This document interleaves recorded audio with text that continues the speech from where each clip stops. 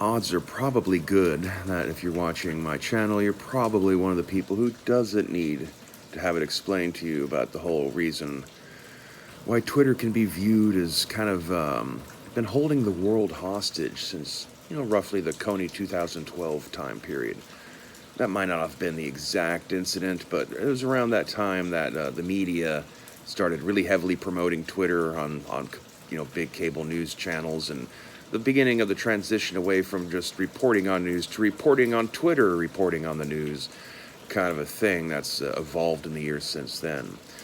Uh, what I mean by it being like a hostage situation is because you have all these companies and media personalities and celebrities and politicians in particular, and the selective way in which certain audiences of users on Twitter are encouraged and others are repressed. It creates this illusion that has kept a lot of companies in check and in line about, promoting certain sets of values and all that kind of stuff. Well, effectively, that's over. Even without major changes happening yet to Twitter's policies, which who knows exactly what's really going to end up happening with all that or not. It had only just occurred yesterday.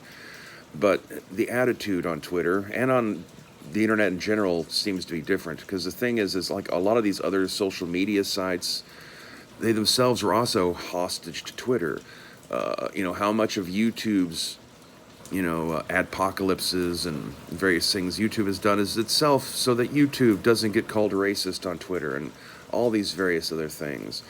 Regardless of how you feel about various people of various factions and their various beliefs, in order for us to be able to navigate the world, we need to be able to accurately gauge where the people around us are and what they're thinking and how they're feeling. And so being able to get a more accurate read of what the large bulk of the population actually feels about certain subjects, would be greatly helpful. And the fact that you won't just have this one little political faction kind of controlling the narrative all the time, and that, like say your business, you do something, some SJW decides that it's anti-trans or anti-black or whatever, and they try to make a stink about it, but then a larger crowd is on the side of the company that did the thing, then the company, is going to feel less incentivized to have to cater, because they're going to not have this distorted illusion about whether how their customer base feels about these things. Same thing about politicians, all that other kind of stuff. Yes, there is a bit of a risk of allowing it to become, quote unquote, too free speechy, and the way that some of the more crappier, low end social media sites kind of tend to be, populated by the dregs of the internet. And I myself, I once had a Minds account and looked at other websites, and there is some kind of extra cringy shit you see posted on those places, and in particular about mid 20th century German imagery and all that kind of stuff.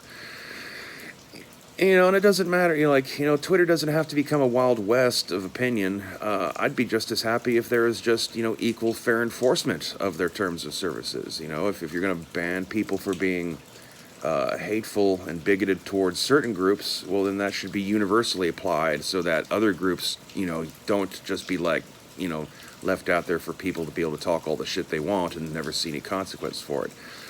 It's either everyone gets fair and equal application of the policies, or they should remove the policies. Like I said, we shall see. It's going to take a long time to dismantle all that kind of stuff from the inside of the company. Some of those policies might be in place because of demands of insurance companies for various, cover your ass legal reasons.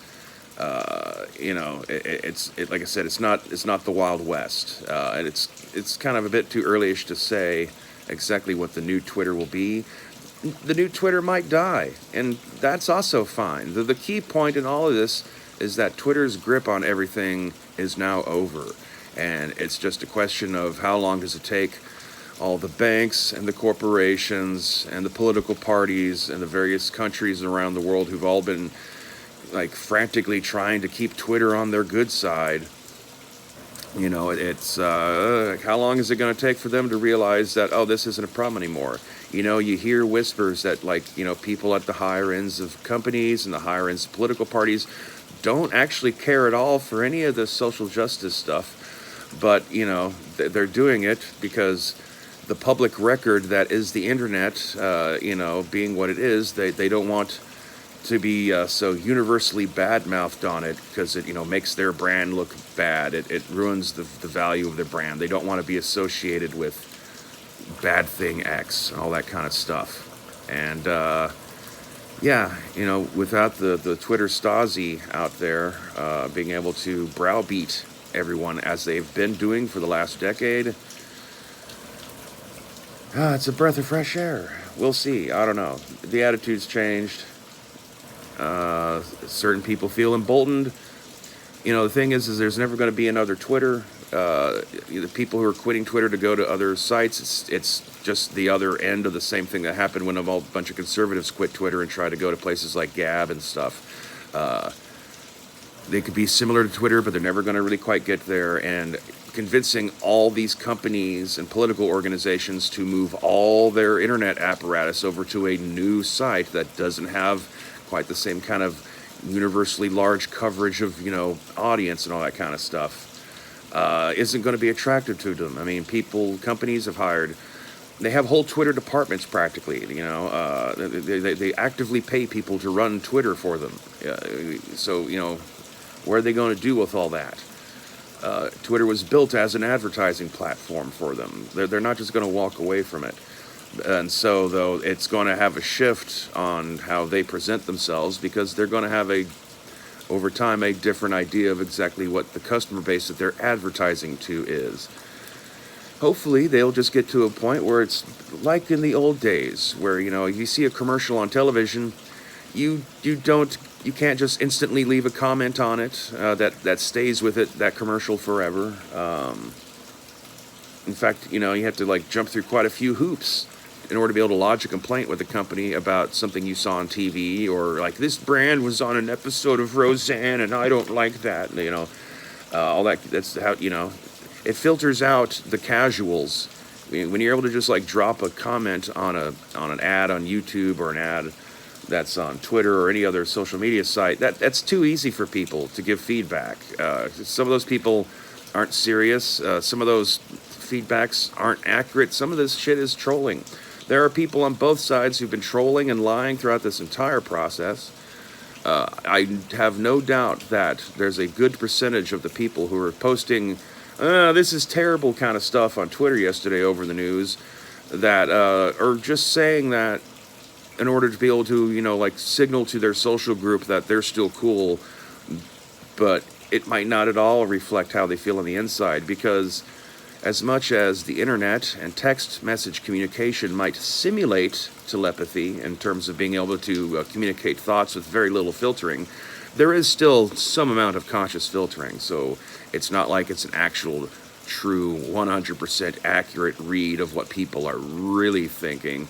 It's just a bit closer than what you get in verbal communication in real-world situations. So I don't know.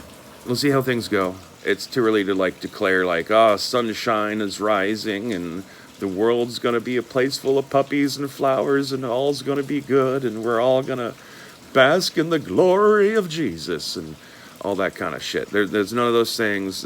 Some of the stuff I saw on Twitter yesterday, just along the hashtags, there's various groups being paranoid that they're going to be hounded off Twitter now, and there's been absolutely no indication from Elon Musk that has any sorts of intentions or plans of that. From his point of view, he wants to maximize the amount of people on there. He wants the big internet fist fight and all that kind of stuff. So, he's actively saying he wants his enemies to stay on Twitter and all that sort of thing. So, we'll see how it goes.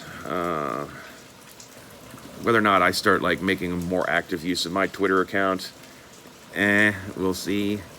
The thing is even when the people who leave Twitter, not only are the downwind sites not ever going to gel and be as influential as Twitter, and therefore not as attractive to get all these media, political, celebrity, corporate people to switch over and suddenly be having that be their primary platform of choice.